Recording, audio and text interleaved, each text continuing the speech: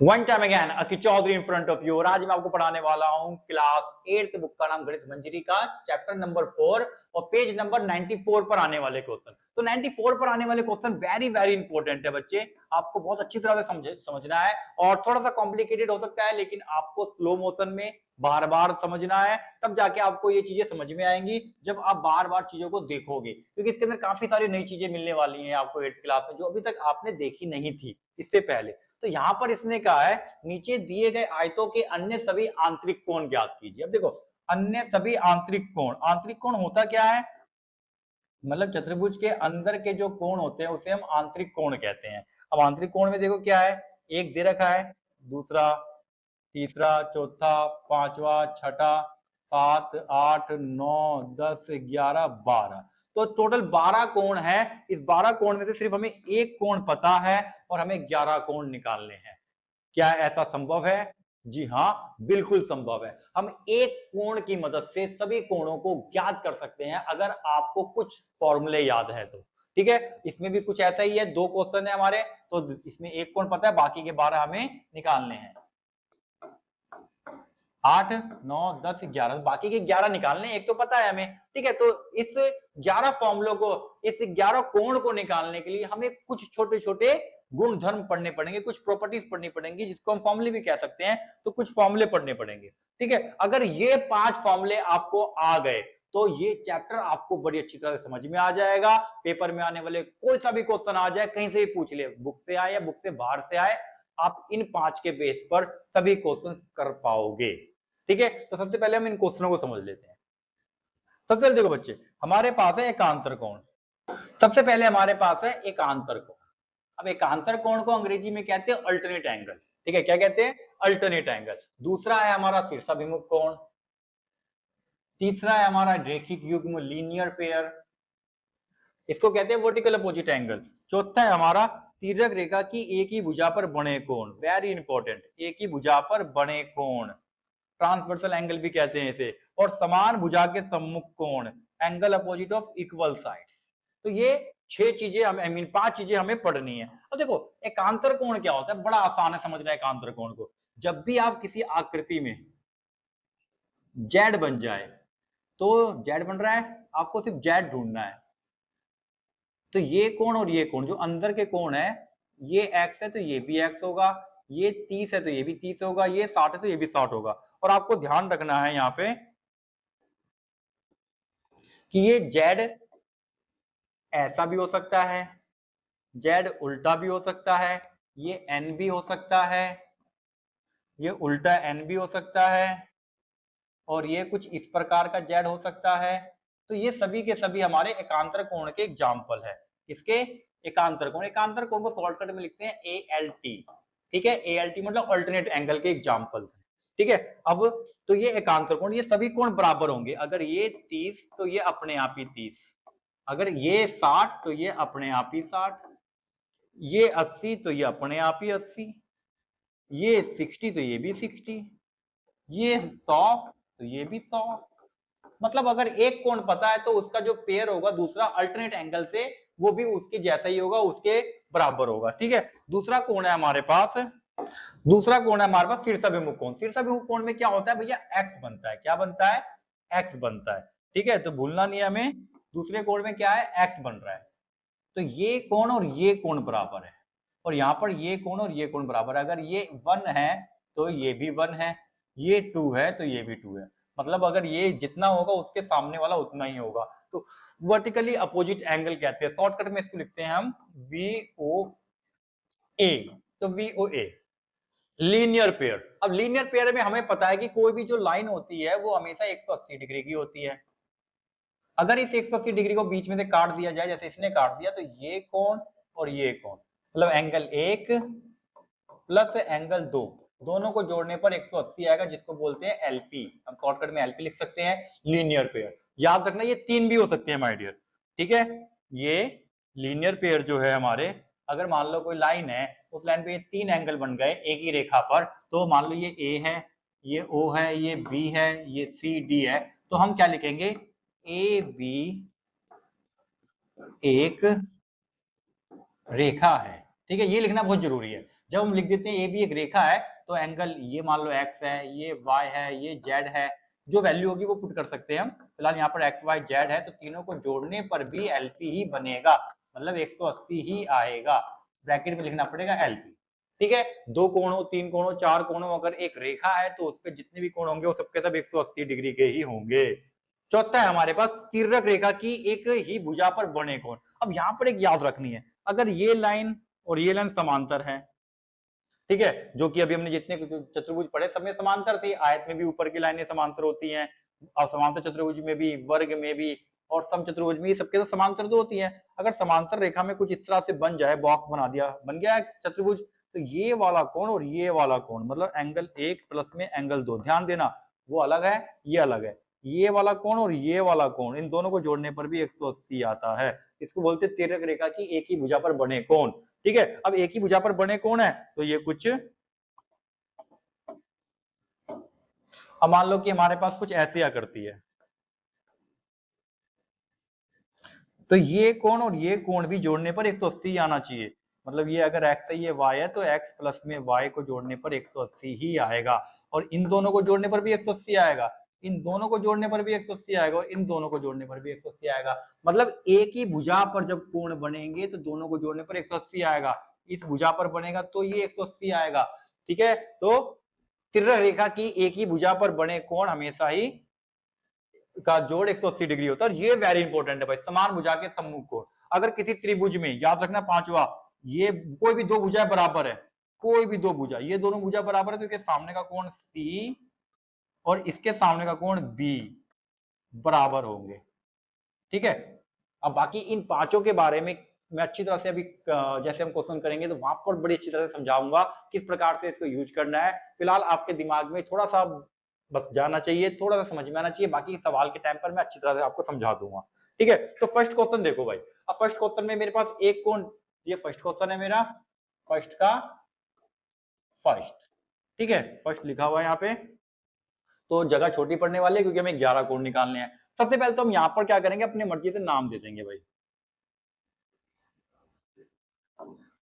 1 2 3 4 5 6 7 8 9 10 और ये 11 है। अब देखो एक एक करके हम इन सभी कोणों को निकालते हैं फटाफट। सबसे पहले देखो, ये अगर 30 है तो यहां पर मेरे पास ये बन रहा है जेड, जेड बन गया, तो एंगल 7 और एंगल 30 बराबर होंगे, तो एंगल 7 बराबर है एंगल 30 के एकांतर कोण। जब जेड बनता है तो क्या कहते हैं, एकांतर कोण कहते हैं, और अंग्रेजी में कहते हैं इसको ALT, अल्टरनेट एंगल। ठीक है, एंगल 7 निकल गया हमारा। अब एक चीज देखो, सवाल ने पहले क्या बोला था इसके बारे में, सवाल ने कहा था कि नीचे ये आयत दे रखा है, क्या दे रखा है, आयत दे रखा है, तो आयत के चारों कोण 90 डिग्री के होते हैं। तो ध्यान दो, एंगल 1 जो है वो 90 डिग्री का है, इसको लिखना पड़ेगा आयत के सभी कोण 90 डिग्री के होते हैं। ठीक है, पूरा लिख लेना आप। तो अब देखो, ए एंगल है, ए एंगल में दो कोण है, एक तो ये कोण है ए में और ये भी कोण है ए में, तो इन दोनों को जोड़ने पर 90 होना चाहिए। तो एंगल 1 जमा 30 बराबर है 90। तो यहां पर हम एंगल 1 को रखेंगे यहाँ पे और 30 को भेज देंगे वहां पे, तो एंगल 1 आ जाएगा मेरा 60 और ये मेरा हो गया 60, मतलब एंगल 1 निकाल लिया और एंगल 7 निकाल लिया। एंगल 7 है 30, तो एंगल 7 हमने निकाल लिया, 30 लिख देते हैं इसको, और ये हमने निकाल लिया 60। ठीक है, 60 को मैं यहां लिख रहा हूं। ठीक है, तो एंगल 1 निकल गया। अब एंगल 1 से भी हमारा हो सकता है जेड बन रहा हो। ठीक है, तो यहां पर हम देखो अब निकालेंगे नेक्स्ट। अब यहां पर ये जो है मेरा बन रहा है कुछ उल्टा एन बन रहा है, उल्टा एन बनेगा तो ये भी, ये एंगल और ये एंगल बराबर होंगे। ध्यान देना, ये रेड वाला जो लाइन है, ये एंगल और एंगल 6 बराबर है, तो हम क्या लिखेंगे यहाँ पे, एंगल 1 बराबर है एंगल 6, ब्रैकेट में लिख देते हैं एकांतर कोण। एकांतर कोण को कहते हैं हम ALT, एकांतर कोण हो गया। अब एंगल 1 जो था मेरा वो कितना था, मेरा एंगल 60 डिग्री का था, तो एंगल 6 भी मेरा कितना हो जाएगा, 60 डिग्री का हो जाएगा। ये मैंने निकाल लिया तीसरा कोण। ठीक है, तो एंगल 1 बराबर एंगल 6 और एंगल 1 मेरा 60 के बराबर है। ठीक है, अब इसी तरीके से हम क्या करते हैं, अगर हम यहाँ पर ध्यान दें, ये 60 है, सी ये मान लेते हैं ओ है, सी ओ बी में, अब त्रिभुज में काम कर रहे हैं। हमने पांचवा क्या पढ़ा था, त्रिभुज के अंदर समान भुजा के सम्मुख कोण। तो देखो ये दोनों भुजाएं समान है क्योंकि विकर्ण एक दूसरे को समद्विभाजित करते हैं, विकर्ण, तो ये वाली भुजा और ये वाली भुजा बराबर हो गई, तो इनके सामने का कोण और इसके सामने का कोण दोनों बराबर होंगे। ठीक है, तो हम यहाँ पे लिखेंगे त्रिभुज सीओबी में, सीओबी में, सीओबी में देखोगे तो ओ बी बराबर है ओ सी, तो ओ बी बराबर है ओ सी। ठीक है, विकर्ण एक दूसरे को समद्विभाजित करते हैं इसलिए दोनों बराबर हो गए क्योंकि ये विकर्ण है। अब इसके अंदर ओ बी के सामने क्या है, ओ बी के सामने है एंगल 6, ओ सी के सामने है एंगल 4। यहाँ पर हम लिख देंगे समान भुजा के सम्मुख कोण, तो समान भुजा के सम्मुख कोण बराबर हो गए। एंगल 6 मेरा 60 का था तो एंगल 4 मेरा कितना हो जाएगा, ये भी 60 का हो जाएगा, ये भी मैंने निकाल लिया। एंगल 4 मेरा 60 का हो गया। अगर एंगल 4 मेरा 60 का है तो एंगल बी जो है वो मेरा 90 डिग्री का है। आयत के सभी कोण, एंगल बी मेरा 90 डिग्री का हो जाएगा, तो इसमें मेरे दो कोण है, एंगल 4 प्लस में एंगल 5। ठीक है, ये दोनों को जोड़ने पर 90 आएगा। एंगल 4 की वैल्यू मुझे पता है, प्लस एंगल 5 मुझे निकालना है, तो एंगल 5 मेरा हो जाएगा 60 उधर जाएगा, 90 माइनस में 60, तो एंगल 5 मेरा हो गया 30, तो एंगल 5 निकल गया मेरा। ठीक है, तो एंगल 5 भी हमने निकाल लिया है।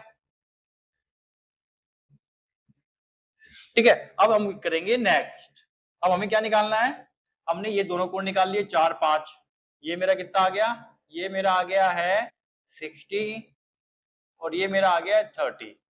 ठीक है, अब सोचो 4 भी पता चल गया और एंगल 6 भी पता चल गया, 60 60, तो त्रिभुज के तीनों कोणों का योग क्या होता है, त्रिभुज के तीनों कोणों का योग होता है 2 और 3 भी निकाल, अभी हमें 2 और 3 भी निकालना है, तो 2 और 3 निकाल लेते हैं पहले हम। तो 2 और 3 कैसे निकलेगा, अगर मैं यहां से कुछ ऐसे चला जाऊं, अगर मैं यहां से कुछ ऐसा चला जाऊं तो ये मेरा बन रहा है एक एन, ग्रीन वाली लाइन को देखना, एन बन रहा है, तो ये एन बन रहा है, तो एंगल 2 बराबर है किसके, एंगल 4 के, एंगल 2 और एंगल 4 बराबर हो जाएंगे, तो यहां पर हम लिखेंगे एंगल 2 बराबर है एंगल 4, ब्रैकेट में लिखेंगे ALT, ALT का मतलब एकांतर कोण, तो एकांतर कोण से एंगल 2 और एंगल 4 बराबर हो जाएंगे। एंगल 4 हमारा है 60 डिग्री का, तो एंगल 2 भी कितना हो जाएगा, 60 डिग्री का। ठीक है, तो एंगल 4 में 60 डिग्री का है, तो एंगल 2 भी 60 डिग्री का हो गया। अब एंगल डी जो है मेरा वो 90 का है, ब्रैकेट में लिख देना, आयत के सभी कोण 90 डिग्री के होते हैं, और एंगल डी में मेरे पास एंगल 2 प्लस एंगल 3 है, दोनों को जोड़ने पर 90 बन जाएगा, तो एंगल 2 की वैल्यू 60 है, प्लस में एंगल 3 90, तो एंगल 3 की वैल्यू मेरे पास हो जाएगी 90 माइनस में 60, और ये मेरे पास आ गया 30। तो मैंने साइड के चारों कोण निकाल लिए है भाई। ठीक है, 1 2 3 4 5 6 7, 7 कोण निकाल लिया, 8वां मुझे पता था, मुझे बीच का कोण निकालना है, और बीच के कोण के लिए बड़े प्यार से हम निकाल लेंगे स्थिरता विमुख कोण। स्थिरता विमुख कोण मतलब जब भी x बनता है, तो x बनने के लिए पहले मुझे इन चारों में से कोई एक कोण पता होना चाहिए, तो एक कोण पता करने के लिए मैं क्या करूंगा, मैं करता हूं किसी त्रिभुज में काम, क्योंकि मुझे 6 और 4 पता है, चाहे मैं इस त्रिभुज में काम कर लूं, 3 और 7 पता है, तो इस बार में COD में किसी भी त्रिभुज में काम कर लो, 1 2 3 4, तो किसी भी त्रिभुज में काम कर लो। चलो एक काम करते हैं, इसी में काम करते हैं जिसमें हमने पहले काम किया था, COB में। तो हम यहाँ पे लिखेंगे त्रिभुज COB में, अब COB में 3 कोण है मेरे पास, angle 4 plus angle 6 plus angle 11, तीनों को जोड़ने पर आएगा 180, क्योंकि त्रिभुज के तीनों कोणों का योग होता है 180। एंगल 4 की वैल्यू है मेरे पास 60, एंगल 6 की वैल्यू है मेरे पास 60, दोनों ही 60 है क्योंकि ये दोनों बराबर थे, समान भुजा के समूह कोण भी था, तो दोनों बराबर है। 60 प्लस में 11 अब 11 एंगल 11 को ये रखेंगे, 60 60 120 120 को उधर भेज देंगे तो ये मेरा आ जाएगा, वाओ ये भी 60 आ गया। ठीक है, तो 11 जो है मेरा 60 डिग्री का है। अब सोचो ये अगर 60 डिग्री का है तो एंगल 10 भी 60 डिग्री का होगा।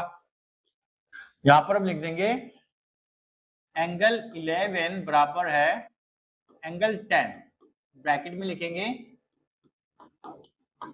कौन, वर्टिकल अपोजिट एंगल इंग्लिश में कहते हैं। ठीक है, तो एंगल 11 मेरा 60 है तो एंगल 10 भी मेरा क्या हो जाएगा, 60 हो जाएगा।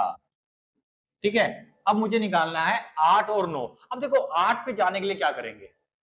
ठीक है, अब देखो हमने काफी सारे फॉर्मूले यूज किए हैं, तो आपको स्टेप बाय स्टेप इन सभी क्वेश्चनों को बार बार करके देखना पड़ेगा और रिवाइज कर करके देखो कि हर एक पॉइंट पे मैं क्या काम कर रहा हूँ। सबसे अच्छी बात यह है कि सिर्फ 5 ही फॉर्मूले जो मैंने अभी बताए हैं आपको, उसको आप कॉपी में उतार लो और उसको याद कर लो। उसी 5 फॉर्मूले से पूरा चैप्टर खत्म होने वाला है। और वो 5 जो फॉर्मूले हैं 9 10 11 12 हर जगह पर काम आने वाले फॉर्मूले हैं बच्चे वो। ठीक है, तो अब देखो 6 पता ये निकाल लिया, ये निकालना है। अब ये एक लाइन है बीडी लाइन है, तो इसको पूरे को जोड़ने पर, इस कोण को इस कोण को जोड़ने पर 180 आएगा।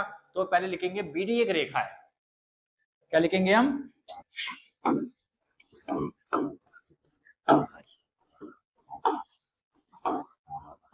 बीडी एक रेखा है, बीडी इज अ लाइन। अब ये लाइन है तो एंगल 8 प्लस एंगल 11 180 होगा, ब्रैकेट में लिखेंगे एलपी।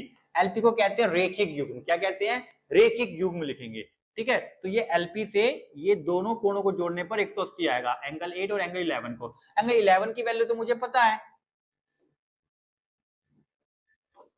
60 है, तो मैं एंगल 8 को यहीं रखूंगा और 60 को उधर भेज दूंगा, तो एंगल 8 मेरे पास आ जाएगा 120। अब देखो एंगल 8 के बराबर जो है एंगल 9 है, ब्रैकेट में vertical opposite angle. Vertical opposite angle का मतलब होता है शीर्षाभिमुख कोण। तो एंगल 8 अगर 120 है तो एंगल 9 भी हमारा 120 ही होगा। अब चेक करो कितने कोण निकाल लिए हमने, 1 2 3 4 5 6 7 8 9 10 11। तो 11 कोण निकालने थे, एक कोण हमें पता था। तो इस तरीके से हमने इस पूरा क्वेश्चन को कर लिया है। इग्नोर मत करना है इस क्वेश्चन को, क्योंकि ये क्वेश्चन बहुत इंपॉर्टेंट है। इसके बेस पर आगे की जो क्वेश्चंस करेंगे हम बहुत आसान लगने वाले हैं आपको, अगर आपने फर्स्ट 2 क्वेश्चन अगर आपने सही से कर लिए तो। ठीक है, तो अब हम करेंगे नेक्स्ट। ठीक है, तो अब देखेंगे हम सेकंड क्वेश्चन। फर्स्ट का सेकंड क्या कहता है, तो फर्स्ट के सेकंड में हमारे पास एक कोण पता है हमें 110 डिग्री का, और हमें निकालने हैं बाकी के 11 एंगल। तो बाकी के एंगल्स को हम नाम दे देते हैं, इसको नाम देते हैं 1, इसको 2 3 4 5 6 7 8 9 10 और ये 11। तो ये बाकी के 11 क्वेश्चन हमें निकालने हैं। और इस सवाल में आपको पता है कि बाकी जो यहाँ पर एंगल है पी क्यू आर एस सभी 90 डिग्री के होंगे, क्योंकि ये एक आयत है और आयत में क्या होता है, चारों कोण 90 डिग्री के होते हैं। तो इसकी हेल्प भी लेनी पड़ेगी। जब भी हम इस तरह के क्वेश्चन करते हैं, हमें एक एंगल पता हो और बाकी के 11 एंगल्स निकालने हो, 11 कोण निकालने हो, तो हमें ध्यान देना है कि जो मुझे पता है उसकी हेल्प से मैं कौन सा कोण निकाल सकता हूं। फिर ध्यान देना है कि जो निकल गया उसकी हेल्प से मैं कौन सा कोण निकाल सकता हूं। तो 5 फॉर्मूले जो मैंने पढ़ाए हैं आपको, वो 5 फॉर्मूले 5 प्रॉपर्टीज आपको याद रहनी चाहिए। तो यहां पर देखो एंगल 10, तो एंगल 1 जो है मेरा वो एंगल 110 के बराबर है। इसको बोलेंगे आमने सामने है, एक्स बन रहा है, तो इसको बोलते शीर्षाभिमुख कोण। ठीक है, अब यहां पर मुझे एंगल 1 मिल गया। अब एंगल 1 की मदद से अगर मैं एंगल 2 निकालूं तो ये पूरी लाइन जो है एक सीधी रेखा है, और सीधी रेखा पे जो कोण बनता है ये 180 डिग्री का होता है। तो पहले हम लिखेंगे QS एक रेखा है, लाइन एंगल 1 प्लस एंगल 2, इन दोनों को जोड़ने पर 180 आएगा। एंगल 1 की वैल्यू मुझे पता है 110, एंगल 2 को यहीं रखेंगे 180 माइनस में 110, और ये हमारा एंगल 2 आ जाएगा। 180 में से 110 गया 70, एंगल 2 आ गया। ठीक है, तो इस तरह से हमने 2 निकाल लिया, समझ में आ गया। तो अब यहां पर आप ध्यान दोगे कि एंगल 2 के सामने एंगल 3 भी है, एंगल 2 और एंगल 3 बराबर होंगे, तो एंगल 2 बराबर है एंगल 3, किस लिए बराबर है? शीर्षाभिमुख कोण को वर्टिकल अपोजिट एंगल कहते हैं। ठीक है, तो यहां पर लिख देते हैं शीर्षाभिमुख कोण, अरे पैरों के सही से देखो भाई, वर्टिकल अपोजिट एंगल।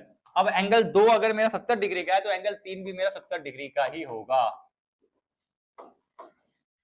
इस तरीके से हमने 3 कोण निकाल लिए। ठीक है, एंगल 110 पता था, तो इसके सामने वाला एंगल 1 बराबर हो जाएगा शीर्षाभिमुख कोण से।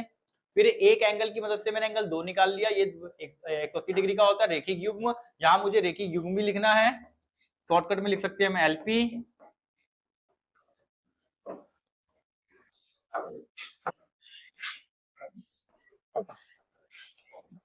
ये ब्रैकेट भी लिखने बहुत जरूरी होते हैं। ठीक है, और एंगल 2 की वजह से मैंने एंगल 3 निकाल लिया।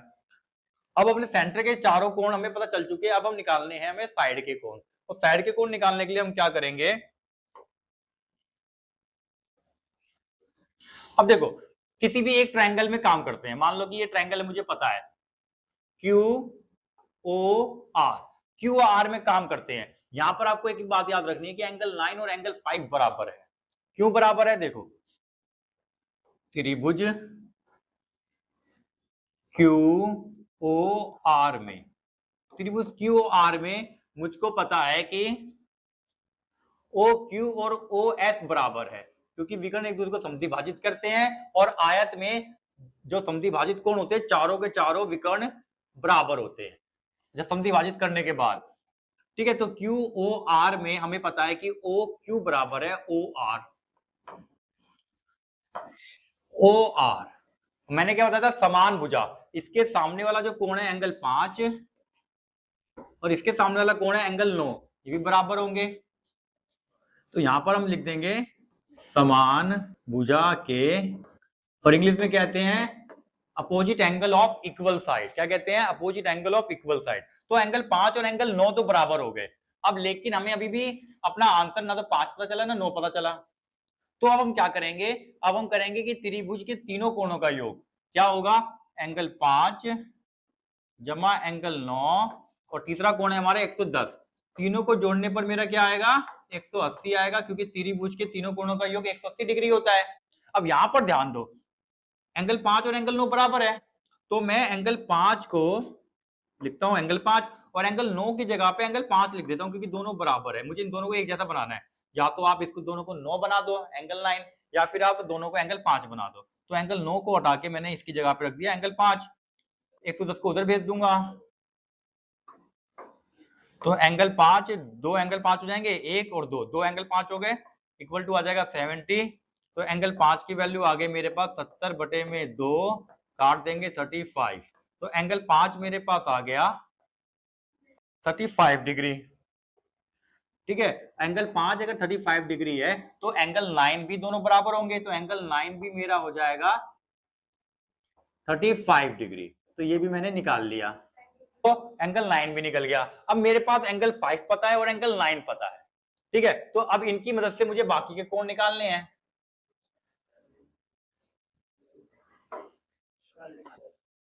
शांत रहो भाई। अब देखो, यहां पर अगर मैं देखूं तो एंगल 5 बराबर है मेरा एंगल 6 के, क्योंकि ये बन रहा है जेड, और जब जेड बनता है तो एकांतर कोण होता है। तो मैं सीधा लिख देता हूं एंगल 5 बराबर है एंगल 6, ब्रैकेट में अल्टरनेट एंगल, अल्टरनेट एंगल भी लिख सकते हो आप एकांतर कोण को, एकांतर कोण को अल्टरनेट एंगल लिख दिया। एंगल 5 बराबर है 35 पे, तो एंगल 6 भी मेरा हो जाएगा 35 डिग्री, एंगल 6 भी निकल गया। अब देखो एंगल 7, एंगल 9 भी पता है मुझे, तो एंगल 9 के लिए मैं क्या करूंगा? मैं उल्टा जेड बना दूंगा, उल्टा जेड बना दूंगा, तो यहां पर आ जाएगा 9, और जब ये यहां पर आएगा तो यहां पर आ जाएगा 10। तो एंगल 9 और एंगल 10 भी बराबर है। इसको ही बोलेंगे अल्टरनेट एंगल, उल्टा जेड बन रहा है। अब यहां पर अगर मुझे एंगल 9 पता है 35 डिग्री का, तो एंगल 10 भी हो जाएगा मेरा 35 डिग्री का। ठीक है, अल्टरनेट एंगल से निकल गया। अब मुझे निकालने हैं 4, 8, 7 और 11। इसको हम कैसे निकालेंगे? अब हम मदद लेंगे। अब देखो, मुझे एंगल 5 पता है, एंगल 9 पता है, एंगल 10 पता है, और एंगल 6 पता है। तो हम क्या करते हैं, किसी एक कोण को ले लेते हैं, एंगल पी को ले लेते हैं, आपकी मर्जी है कोई सा भी कोण ले लो। एंगल पी जो है वो 90 डिग्री का है, क्योंकि ये आयत है, तो एंगल पी है 90 डिग्री का।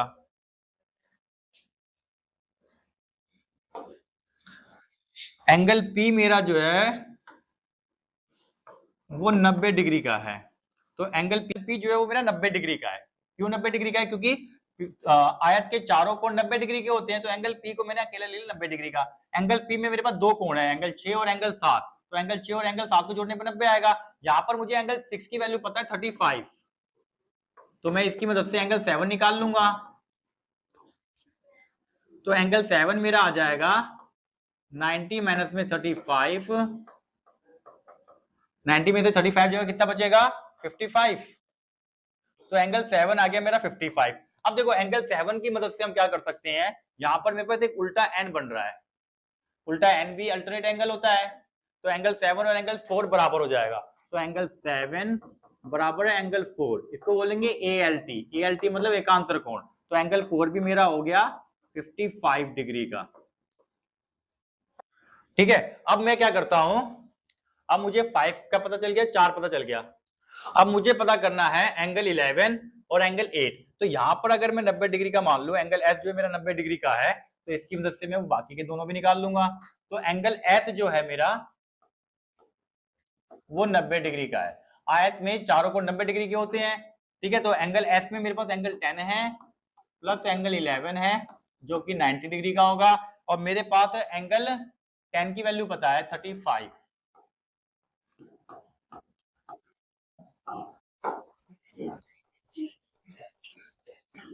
तो एंगल 11 मेरा हो जाएगा 55।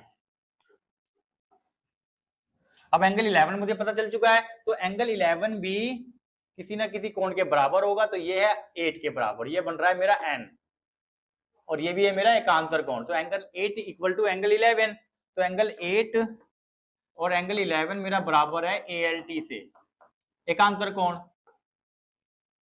ठीक है, तो एंगल 11 अगर 55 का है, तो एंगल 8 भी मेरा 55 डिग्री का होगा। इस क्वेश्चन को करने के लिए आप बहुत सारे मेथड हो सकते हैं। ठीक है, जब आप एक एंगल निकालते हो तो उसके बाद कोई सा भी दूसरा एंगल निकाल सकते हो, इसको कोई भी जरूरत नहीं है कि इसको हम इसी लाइन से करें, इसी सीरीज वाइज करें, आपको सिर्फ नेक्स्ट एंगल निकालना है जो आपको पता नहीं है। ठीक है, तो हमने यहाँ पर निकालनी है 11 कोण, 1 2 3 4 5 6 7 8 9 10 11, तो 11 कोण हमने निकाल लिया और हमारा आ चुका है आंसर।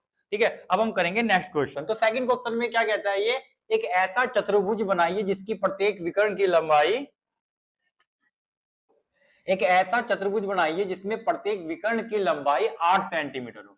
तो यहां पर आपको ध्यान देना है कि विकर्ण की लंबाई इन सभी क्वेश्चनों में 1 2 3 4 8 सेंटीमीटर की रखनी है, और हमें एक चतुर्भुज बनाना है जो एक दूसरे को समद्विभाजित करते हैं और निम्नलिखित कोण बनाते हैं। तो ये कोण मतलब जो हम चित्र बनाएंगे, विकर्ण ऐसा होता है, अगर ये चतुर्भुज बनता है तो इसके अंदर के जो विकर्ण है ये विकर्ण है, और इनके जो एंगल है वो हमें 30 डिग्री का बनाना है, फिर 40 डिग्री का बनाना है, फिर 90 डिग्री का बनाना है, और फिर 140 डिग्री का बनाना है।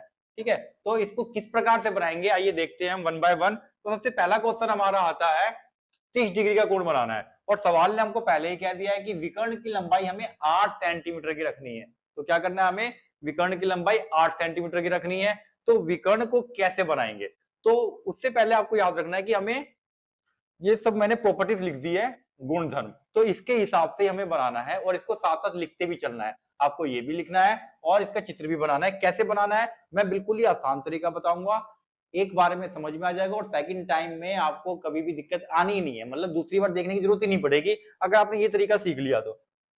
सबसे पहले आप क्या करना, आप एक 8 सेंटीमीटर का विकर्ण बनाना है, तो 8 सेंटीमीटर की लाइन खींच लेना। उससे पहले आप एक नॉर्मल सी लाइन खींच लेना, खींच ली, हमने एक नॉर्मल सी लाइन खींच ली, और यहां पर मैंने अपना एक डी रख लिया और मैंने एक स्केल रख लिया है। ठीक है, तो हमने एक लाइन खींच ली है जो कि 8 सेंटीमीटर की नहीं है, 8 सेंटीमीटर से बड़ी है। आप 10 सेंटीमीटर 9 सेंटीमीटर कुछ भी खींच लो, 8 सेंटीमीटर से बड़ी एक रफ लाइन खींच लेनी है, पेंसिल से बनाना है, बाद में आपको रेजर से इसको थोड़ा सा मिटाना भी है। ठीक है, तो हमने एक इसका बीच में एक सेंटर पॉइंट बना लिया, मतलब ये हमने मान लिया कि एक सेंटर पॉइंट है। ठीक है, मैंने निशान लगा दिया है सेंटर पॉइंट के लिए। ठीक है, अब मुझे यहां पर इस सेंटर पॉइंट से मुझे एक 30 डिग्री का कोण बनाना है। अब 30 डिग्री के कोण के लिए क्या करेंगे, ये मेरा 30 डिग्री का कोण है, तो अब इसके अंदर मुझे 30 डिग्री का एंगल बनाना है। तो मैं 30 डिग्री के एंगल के लिए मैं यहां पर लेकर आऊंगा, मुझे 30 डिग्री का एंगल बनाना है। तो अब यहां पर मेरे पास एक 30 डिग्री का एंगल तैयार हो चुका है। ठीक है, ये मेरा 30 डिग्री का एंगल है। अब इस 30 डिग्री के एंगल से, अब मैं इस 30 डिग्री के एंगल से एक लाइन खींच लूंगा।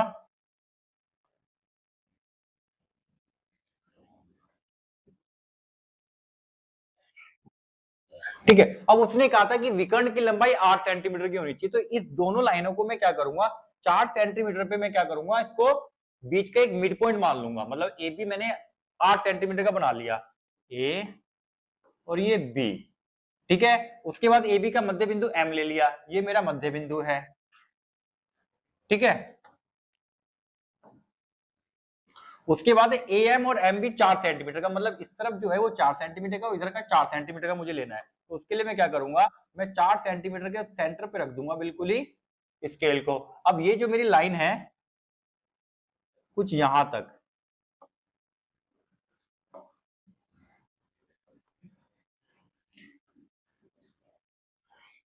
ये मेरा 8 सेंटीमीटर की लाइन हो गई। ठीक है, इसी तरीके से मैं इसको भी 8 सेंटीमीटर का बना लूंगा,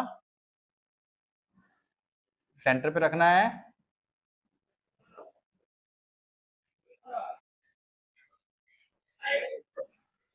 और ये 4 सेंटीमीटर पे मैंने सेंटर पे रखा, ये मेरी 8 सेंटीमीटर की मैंने एक इधर बना लिया।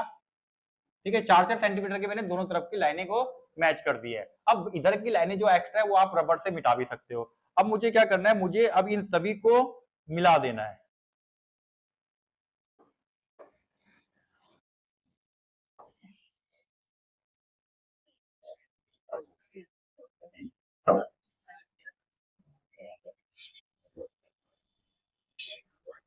कुछ इस प्रकार से, ये मेरा हो गया ए, ये मेरा है ए, ये मेरा है बी, सी और ये डी। तो इस प्रकार से मैंने एक चतुर्भुज बना लिया है जिसके विकर्ण जो है वो 8 सेंटीमीटर के हैं और कोण जो है वो 30 सेंटीमीटर का है। ठीक है, तो ये मेरा छोटा सा बनके यहाँ पर तैयार हुआ है। आप इसको ऐसे ही बनाओगे तो आपके नोटबुक में भी कुछ ऐसा ही बनेगा। ठीक है, अगर मुझे नाप के देखना हो तो आप नाप के देख सकते हो। ये मेरा 8 सेंटीमीटर तक जा रहा है।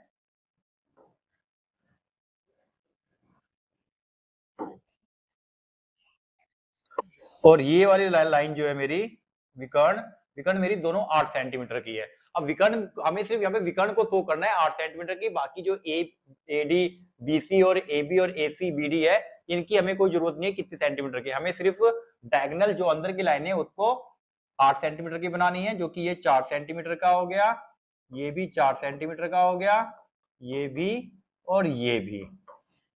ठीक है, तो इस तरीके से हमें इसको बनाना था।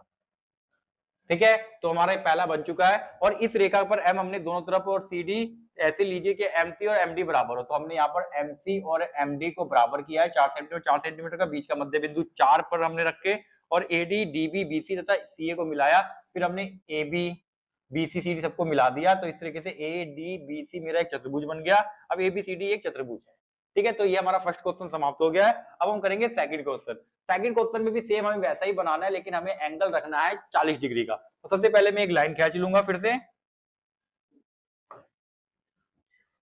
मैंने एक लाइन खींच लिया जो कि 8 सेंटीमीटर की नहीं है, मैं 8 सेंटीमीटर का बाद में इसमें लाइन बना लूंगा। ठीक है, अब मुझे क्या करना है, मुझे 40 डिग्री का एंगल बनाना है। 40 डिग्री के एंगल के लिए सबसे पहले मैंने बीच में एक सेंटर पॉइंट बना दिया और सेंटर पॉइंट पे मैंने इसको रख दिया। अब यहां पर 40 डिग्री का बनाना है, तो ये मेरा हो गया 40 डिग्री का, 40 लिखा हुआ आ गया, ये मेरे 40 डिग्री का एंगल हो गया। ठीक है, इसको मैंने हटा दिया। अब इसको मैं क्या करूंगा, इसको मैं एक लंबी लाइन में स्केल रख के पूरा का पूरा यहां से मैं एक सीधी रेखा बना लूंगा। अब मुझे ये दोनों के तो डायगोनल्स मेरे बन चुके हैं, दोनों को मुझे 8 सेंटीमीटर का साइड करना है। 4 सेंटीमीटर को मैं बीच में रखूंगा कुछ इस तरीके से। अब यहां पर जो मेरे पास है 0 और ये 8, मैं इसका कलर चेंज कर देता हूं 0 पे, और ये 8 तक मैंने ले लिया। अब इसको दोबारा से मैं क्या करूंगा, जो दूसरी वाली साइड है उसको भी मैं बीच में सेंटर पे 4 पे रखूंगा और मैं इसको एक 8 सेंटीमीटर की रेखा को खींच दूंगा। तो अब मेरे को क्या करना है, मुझे इसको मिला देना है, जो मेरे पॉइंट्स है ये सभी पॉइंट्स को मिला दूंगा।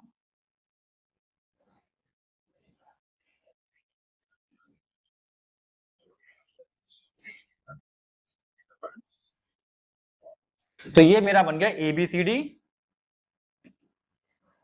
अब मैं इसको नाम दे देता हूं ABCD, इसको नाम दे देता हूं M। ये है मेरा 40 डिग्री का, ये मेरा 4 सेंटीमीटर है इधर, और 4 सेंटीमीटर इधर, 4 सेंटीमीटर इधर, और ये भी 4 सेंटीमीटर। अब बीच की मेरी जो डायगोनल्स है, जो विकर्ण है, वो 8 सेंटीमीटर के हैं और कोण 40 डिग्री का बन रहा है। ठीक है, तो ये मेरा हो गया सेकंड। अब इसको एक बार पढ़ के मैं समझा देता हूँ कि हमने कैसे बनाया है। ये भी आपको साथ लिखनी होती है। इसको कहते हैं गुणधर्म। क्या कहते हैं? गुणधर्म। इंग्लिश में कहते हैं इसको प्रॉपर्टीज। ए भी हमने 4, यार ये लिखा कुछ और है, तो अब इसके अकॉर्डिंग ही लिखना पड़ेगा हमें। A B C D, ठीक है। तो ए बी 8 सेंटीमीटर की हमने एक रेखा खींची, मतलब ए बी। फिर हमने ए बी का मध्य बिंदु M लिया, मध्य बिंदु हमने M बना लिया, ताकि ए एम और एम बी 4 सेंटीमीटर के हो जाए। फिर हमने ए एम और एम बी 4-4 सेंटीमीटर के बना ली।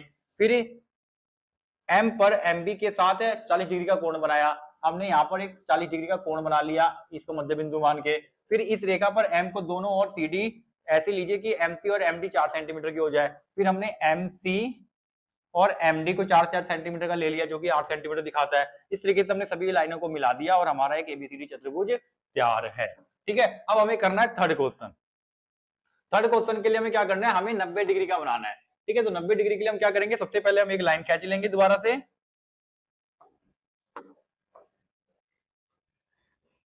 हमने एक लाइन खींच ली है और मुझे अब यहाँ पे 90 डिग्री का कोण बनाना है। तो 90 डिग्री के कोण के लिए मैं पहले बीच में एक लाइन खींच लेता हूं, जो कि मेरा सेंटर पॉइंट बता रहा है।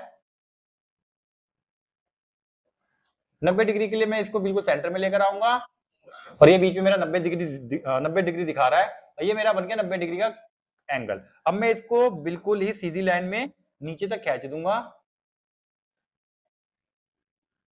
कुछ इस प्रकार से। अब मुझे 4-4 सेंटीमीटर की लाइनें बनानी है। 4 सेंटीमीटर के लिए हमें क्या करना पड़ेगा, सेंटर पॉइंट पे हमें 4 सेंटीमीटर 8 सेंटीमीटर की हमें विकर्ण बनानी, तो हम 4 सेंटीमीटर को बिल्कुल सेंटर में रख देंगे। इस तरीके से हमारा एक लाइन ड्रॉ हो जाएगी।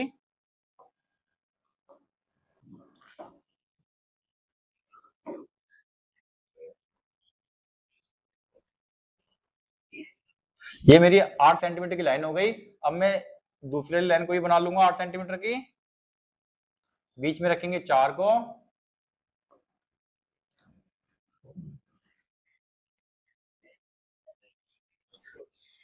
अब मैं इसको सभी लाइनों को मिला दूंगा।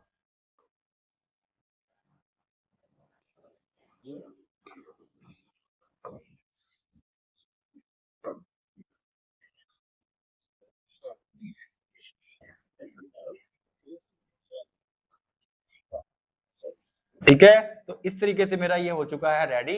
ये मेरा 90 डिग्री का है, ये मेरा 4 सेंटीमीटर है, ये मेरा 4 सेंटीमीटर है, ये भी 4 सेंटीमीटर है, और ये भी 4 सेंटीमीटर है, जो कि बीच में 8 सेंटीमीटर का दिखा रहा है। ये मेरा ए, अब चाहो तो ABCD ऐसे लिख सकते हो, और अपने अकॉर्डिंग जैसे जैसे हमने बनाया है उसके अकॉर्डिंग ये गुणधर्म भी बना सकते हो।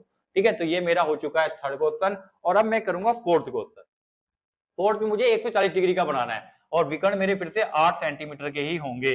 तो विकर्ण के लिए फिर से मैं एक लाइन खींचूंगा। ठीक है, मुझे कोण बनाना है 140 डिग्री का। अब 140 कहां पर आ रहा है मेरा, 140 मेरा आ रहा है यहां पे।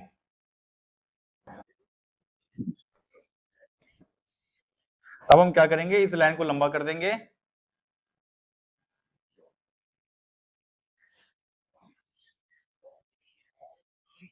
अब मुझे 4-4 सेंटीमीटर की लाइन को निकालना है।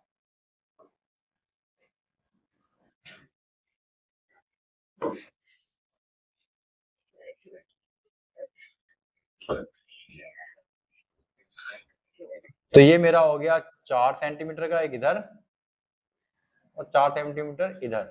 ठीक है, अब मैं दूसरी लाइन को भी इसी तरीके से रेडी कर लूंगा।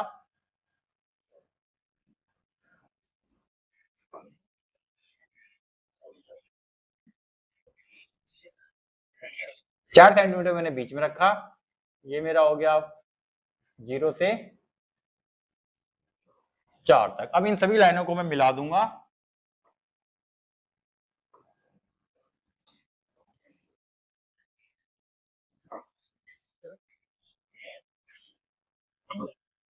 ये मेरा कोण है 140 डिग्री का, ये मेरा 4 सेंटीमीटर हो जाएगा, ये भी मेरा 4 सेंटीमीटर हो जाएगा, ये भी मेरा 4 सेंटीमीटर हो जाएगा और ये भी मेरा 4 सेंटीमीटर हो जाएगा। ए बी सी डी, जो आपके एक्स्ट्रा लाइन है उसको आप रबड़ से रेजर से रफ कर सकते हो। ठीक है, तो इस तरीके से मेरा 140 डिग्री का भी बन चुका है। ठीक है, और हमारा इस प्रकार से हो चुका है समाप्त। अब आता है हमारा थर्ड क्वेश्चन। तो थर्ड क्वेश्चन में क्या कहता है, माना ओ केंद्र का कोई वृत्त है जहां पर रेखा पी एल और ए एम वृत्त के दो व्यास है।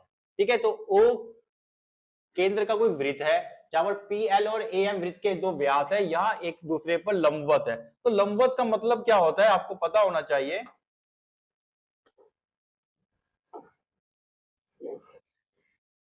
ठीक है, तो यहां पर मुझे सबसे पहले तो एक सेंटर बनाना है जिसका केंद्र ओ हो। पहले मैंने एक सेंटर रेडी कर लिया, अब मैं बनाऊंगा सर्कल। आप जब प्रकार रखोगे तो इस सेंटर पे रखते हो, ये मेरा हो गया सर्कल और इसका केंद्र बिंदु मेरे पास है। अब मुझे इसके अंदर पी एल और ए एम वृत्त के दो व्यास बनाना है जो लंबवत हो। लंबवत का मतलब होता है 90 डिग्री। लंबवत का मतलब क्या होता है, 90 डिग्री। तो 90 डिग्री का मुझे दो व्यास बनाने हैं। अब व्यास बनाने के लिए मुझे क्या करना पड़ेगा, बिल्कुल केंद्र से लेके जाना है। 90 डिग्री का बनाना है तो मैं केंद्र पर बिल्कुल रखता हूं इसको, और 90 डिग्री का कोण मेरा बन गया इस तरह से।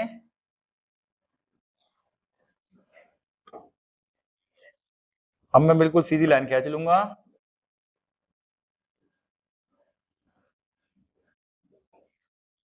अब ये जो मेरा बना है ये मेरा 90 डिग्री का है, और ये मेरे जो पी एल, ये मेरा ए एम है और ये पी एल दो व्यास है। व्यास का मतलब होता है एक ऐसी रेखा जो सर्कल के एक साइड से स्टार्ट होके केंद्र से होते हुए दूसरी तरफ जाती है, मतलब केंद्र से जाने वाली रेखा को व्यास कहते हैं। ठीक है, अब इसने क्या है कि बताइए कि ए पी एम एल किस प्रकार की आकृति है। तो इसको पूरे की पूरी आकृति को मैं पूरा बना देता हूं, सभी लाइनों को मिला देते हैं, फिर बताते हैं कि ये क्या बना है हमारा, कौन सी आकृति बनी है।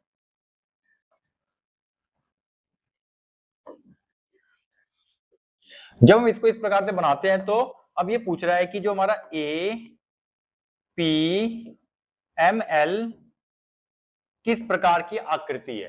तो याद रखना बच्चे, जब भी किसी चतुर्भुज में, अभी चतुर्भुज बन गया एपीएमएल, किसी जब भी किसी चतुर्भुज में डायगोनल्स एक दूसरे को 90 पर काटते हैं तो वो क्या होता है, उसके लिए आपको थोड़ा सा ये पढ़ना पड़ेगा।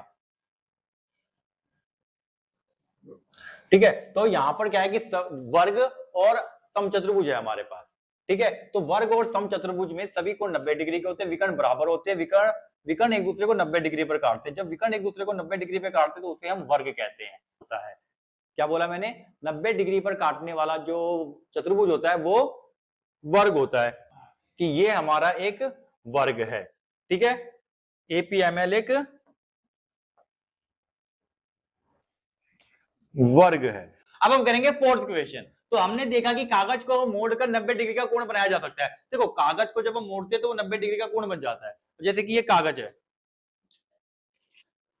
अगर मैंने इस कागज को ऐसे मोड़ा